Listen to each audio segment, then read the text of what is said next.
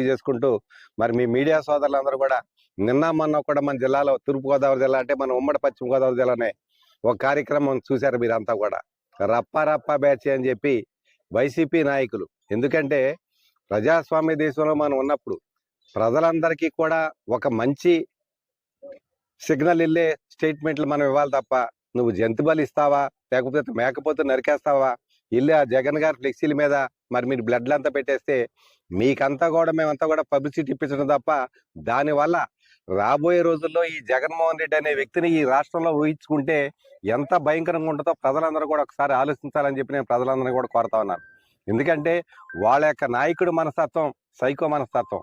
ఆ సైకో మనస్తత్వం ఉన్నటువంటి నాయకత్వంలో పనిచేసేటువంటి వైఎస్ఆర్ కాంగ్రెస్ పార్టీ వాళ్ళు ఎవరైతే ఉన్నారో ఇది చాలా చాలా చాలా ఇది అందరూ కూడా ఆలోచించాల్సిన విషయం.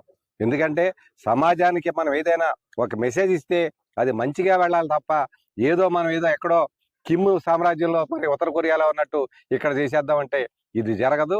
కానీ నిన్న కూటమి ప్రభుత్వంలో మేము ఉన్నందుకు గర్వపడతా ఉన్నాం. నిన్న కూటమి ప్రభుత్వం ఏదైతే తీసుకుందో ఇటువంటి పనికిమాలిన వేషాలు వేసేవాటి ఎవరైనా సరే పార్టీలకు అయితే ఏ పార్టీ అయినా సరే ఖచ్చితంగా రాబోయే రోజుల్లో ఇటువంటి కార్యక్రమాలన్నీ కూడా మామూలుగా ఊరేగించారు. నా సలహా అయితే బట్టలు ఓడదీసి కడరాలతో ఊరేగిస్తారు వాళ్ళందరినీ కూడా. ఎందుకంటే అలా ఊరేగిస్తేనే ఈ కార్యక్రమాలు ఇటువంటి మరి ఆటవే కార్యక్రమాలన్నీ కూడా మరి అంతం పలుకుతూ ఉంటది. అటువంటి సందర్భాన్ని కూటమి ప్రభుత్వం తీసుకున్న ఈ నిర్ణయాన్ని నేను మనస్ఫూర్తిగా ఆహ్వానిస్తూ రాగల రోజుల్లో ఎవరు ఎటువంటి చేసినా ముఖ్యంగా వైసీపీ నాయకులకి ఇదే హెచ్చరికగా భావించమంటా ఉన్నా. మీరు చేసే పని మీరు ప్రతిపక్షం కానీ ప్రతిపక్షంలో ఉన్నారు మీరంతా కూడా. ప్రతిపక్ష పాత్ర కూడా మీకు లేదు. మీరు ఏదైనా ప్రజలకు కావాల్సిన ఏదైనా సలహాలు ఉంటే మాతో మాట్లాడండి. మేమేమైనా తప్పు చేస్తుంటే ఆ తప్పు ఎత్తి చూపించండి. మేము కూడా సరిదిద్దుకుంటే ప్రయత్నం చేస్తాం తప్ప నువ్వేదో గొర్రెలను కొట్టేసి మేకలను కొట్టేసి జంతువులను బలిచ్చేసి రాబోయే రోజుల్లో మేము కలా చంపేస్తాం ఇలా చంపేస్తాం అంటే ఇది కాదు. ఖచ్చితంగా ఇది వార్నింగ్ మాత్రమే.